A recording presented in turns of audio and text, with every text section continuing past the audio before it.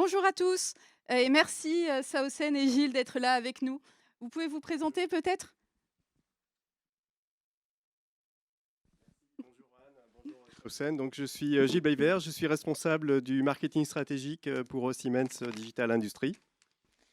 Bonjour Anne, bonjour Gilles, Saocène Ayari Pouliquin. Je travaille à l'UIMM, l'Union des industries des métiers de la métallurgie, et je représente également aujourd'hui l'Observatoire paritaire des métiers de la métallurgie. On a également Olivier Guénon en Teams. Bonjour Olivier. Bonjour, Olivier Guénon, donc je suis le délégué général de WorldSkills France qui organise la compétition mondiale des métiers. Très bien. Bah, écoutez, merci beaucoup à tous les 3 de nous rejoindre sur cette, première keynote, donc où on va parler des enjeux de l'industrie. Donc, on a vu, une industrie aujourd'hui, très forte avec 90 000 entreprises, dont 90 de PME, TPE, 3,2 millions de salariés, 11 du PIB français. On a beaucoup d'actions, sur l'industrie en ce moment, en cours. Est-ce qu'il est possible d'avoir une vision finalement de ce qu'il est en train de se passer, dans notre territoire, dans notre secteur Bien d'activité? sûr Gilles? Anne, tout à fait. Donc le redressement de l'activité industrielle a été, on peut le dire, spectaculaire hein, cette année 2021. Les premières projections effectivement nous donnent des indications convergentes, hein, que ce soit au niveau des carnets de commandes qui sont revenus depuis quelques mois au niveau de l'année 2019. La production industrielle qui a progressé de 7% cette année, en tout cas ce sont les projections du XERFI et qui devrait encore progresser de 5% l'année prochaine pour revenir là encore quasiment au niveau de 2019. Le climat des affaires, très important effectivement pour déclencher les investissements, est au beau fixe, hein. On est revenu même antérieurement à 2019 au niveau de 2018 qui était une période, on va dire, très optimiste hein, pour l'industrie. Donc ça, ce sont d'excellents signes et qui se confirment par les investissements réalisés cette année, hein, puisqu'on pense effectivement, on estime une progression de 10% des investissements en 2021 et on pense retrouver le niveau d'investissement de 2019 dès 2022. Voilà, donc ce sont des signes très positifs, encourageants et qui devraient même se poursuivre, dont l'effet devrait se poursuivre au-delà de 2022. Très bien, et en termes d'emploi finalement, Saocène? En termes d'emploi, je reviendrai sans doute sur la séquence qu'on a tous vécue durant cette dernière année et demie, parce que c'est effectivement un enjeu crucial, le recrutement dans le secteur industriel. Et si je reviens à plus d'un an et demi, c'est que en juin dernier, lorsqu'on sortait tous du premier confinement, on a mené une étude avec le cabinet Price pour évaluer l'impact de ce choc brutal qu'on a tous vécu, un choc d'arrêt total de la production, ce qui était inédit, et en voir les conséquences. Et les conséquences étaient alors potentiellement assez dramatiques pour la France, puisqu'on en pouvait entrevoir un décrochage de tout le secteur industriel. Et lorsqu'on parle de cette manière-là, c'est important de s'en souvenir pour non pas se lamenter, mais pour avancer, et ne pas oublier également que les difficultés passées dans l'industrie restent des défis à relever collectivement. Et donc en juin dernier, on estimait que plus de 310 000 emplois étaient alors directement menacés ou qui seraient non créés. Un an plus tard, vous l'entendez tous les jours, on parle de pénurie de recrutement, et encore lundi dernier, le gouvernement a annoncé un plan dont le nom n'est absolument pas communicant, mais qui est clair, qui est un plan de réduction des tensions de recrutement.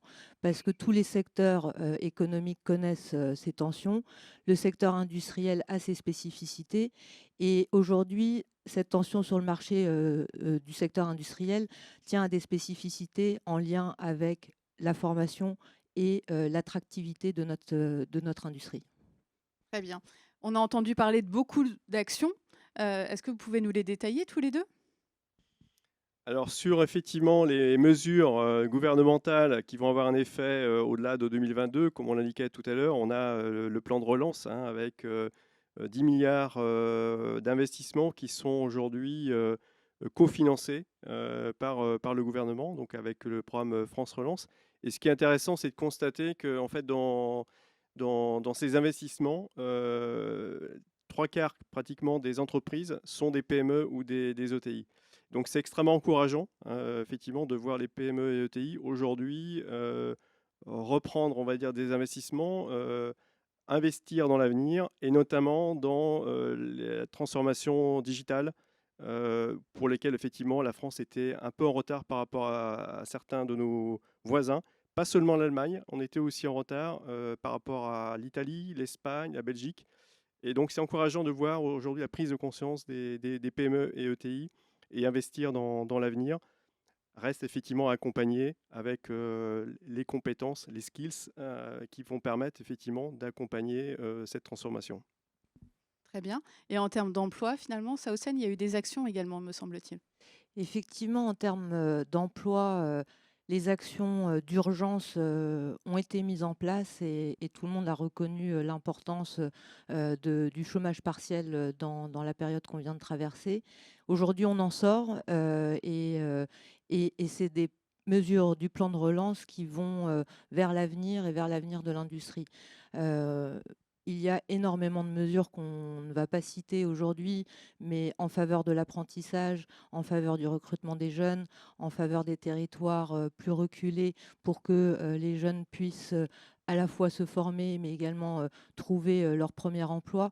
Donc, je pense que je vous invite tous à aller voir les mesures spécifiques qui peuvent tous vous concerner, enseignants ou jeunes, autour du plan Un jeune, une solution. Et je porte une attention toute particulière sur une des mesures qui est autour du mentorat qu'on soutient au niveau des entreprises industrielles. Aujourd'hui, le collectif Mentorat a 30 000 mentors qui sont prêts à accompagner des jeunes dans leur premier emploi ou pour tout simplement répondre à leurs difficultés du quotidien.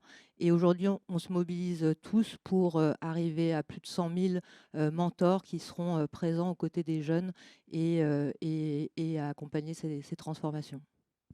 Très bien, merci pour toutes ces informations. J'ai parlé dans mon introduction de décarbonation d'une part, de transformation numérique d'autre part. Est-ce que vous pouvez détailler chacun peut-être sur ces aspects-là? C'est vrai que c'est important pour notre public qui nous écoute d'avoir plus d'informations. Gilles, peut-être? Alors effectivement, on parlait de transformation digitale tout à l'heure. C'est un enjeu clairement stratégique, hein, on en a parlé.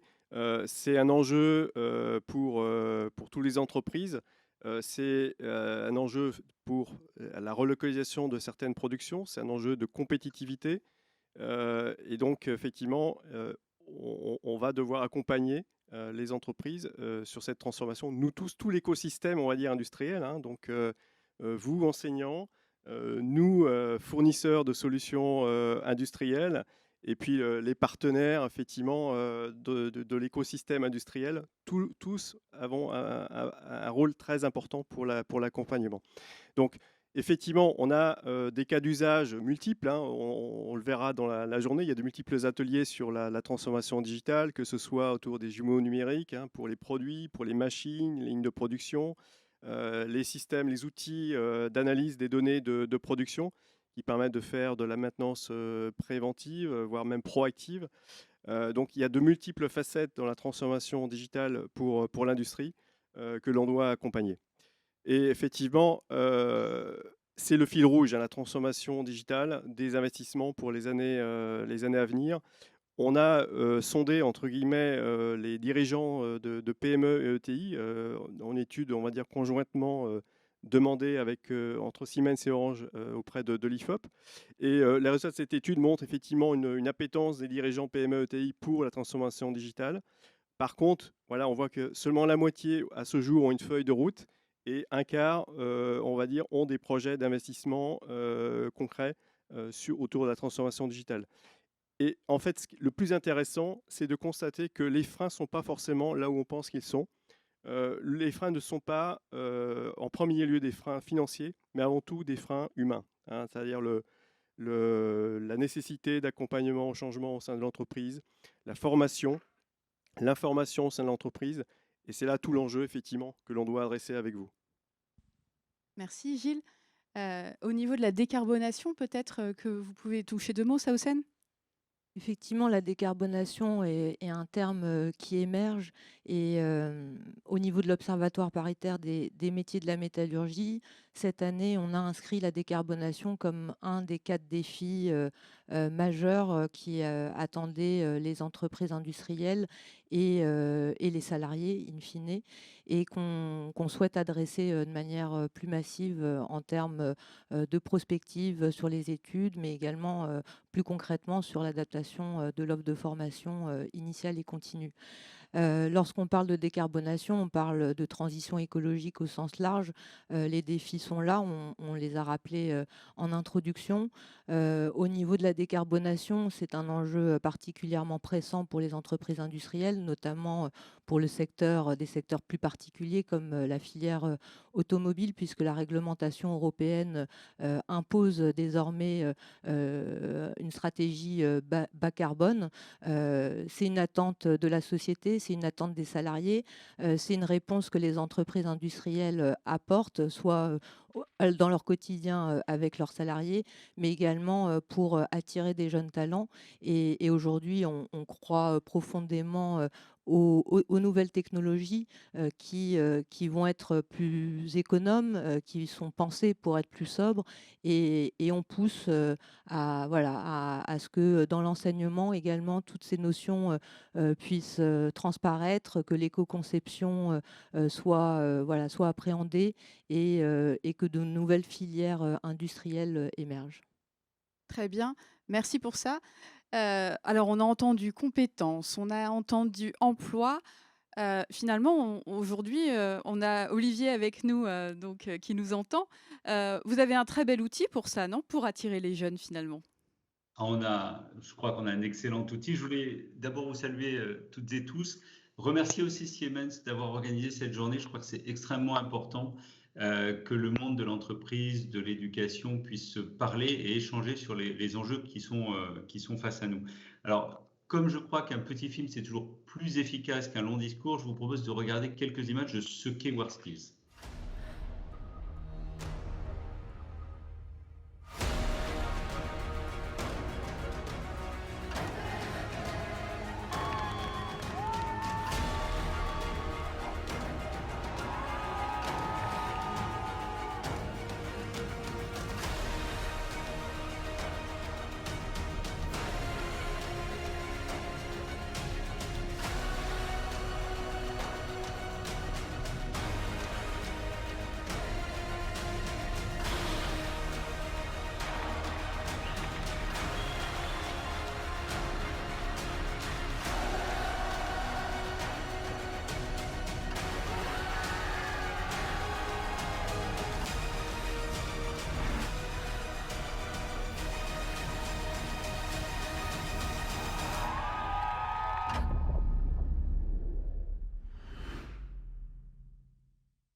Des belles images en effet, pardon.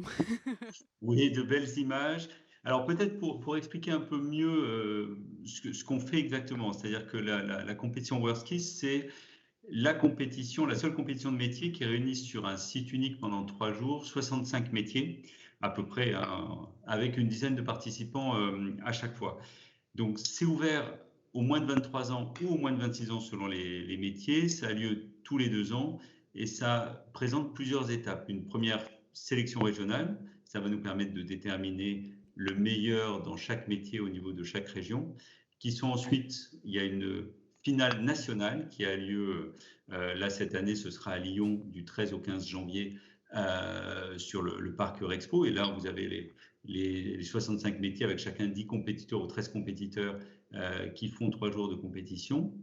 Et à l'issue de cette finale nationale, on a ce que vous avez vu là, c'est-à-dire l'équipe de France des métiers, cette équipe de France des métiers qui va aller se confronter soit au niveau européen dans les EuroSkills, soit au niveau mondial dans les WorldSkills, avec, donc au niveau des WorldSkills, c'est 85 pays en compétition, chacun amenant ses compétiteurs dans les métiers. Donc vous voyez, c'est quelque chose qui est effectivement une grosse machine, j'allais dire, et une compétition extrêmement importante.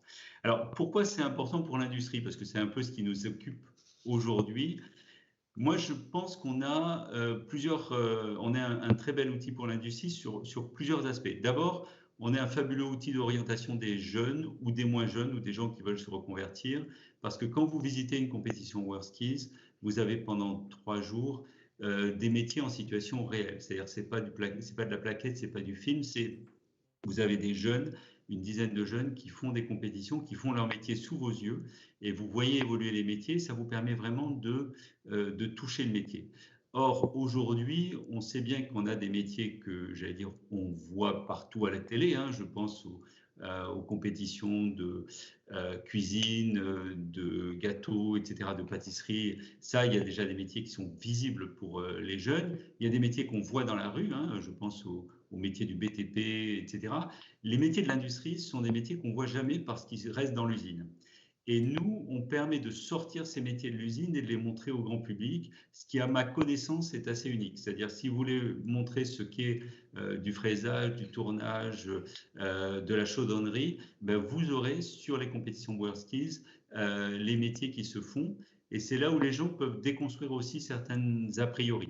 Ils voient que oui, c'est beaucoup de programmation, c'est beaucoup de savoir-faire, c'est propre, il n'y a pas d'huile, il n'y a pas des choses comme ça. Et ça permet effectivement de vraiment montrer la réalité des métiers. Ça, c'est un premier point. Et je pense que dans le monde industriel, c'est un peu ce qui aujourd'hui dessert le recrutement, c'est-à-dire que ce sont des métiers dont on parle, mais qu'on a du mal à voir parce que les industriels n'ouvrent pas leurs usines, ce qui est assez normal au sens où ce sont des lieux de production. Donc avoir une occasion de montrer le métier dans sa réalité, c'est assez unique.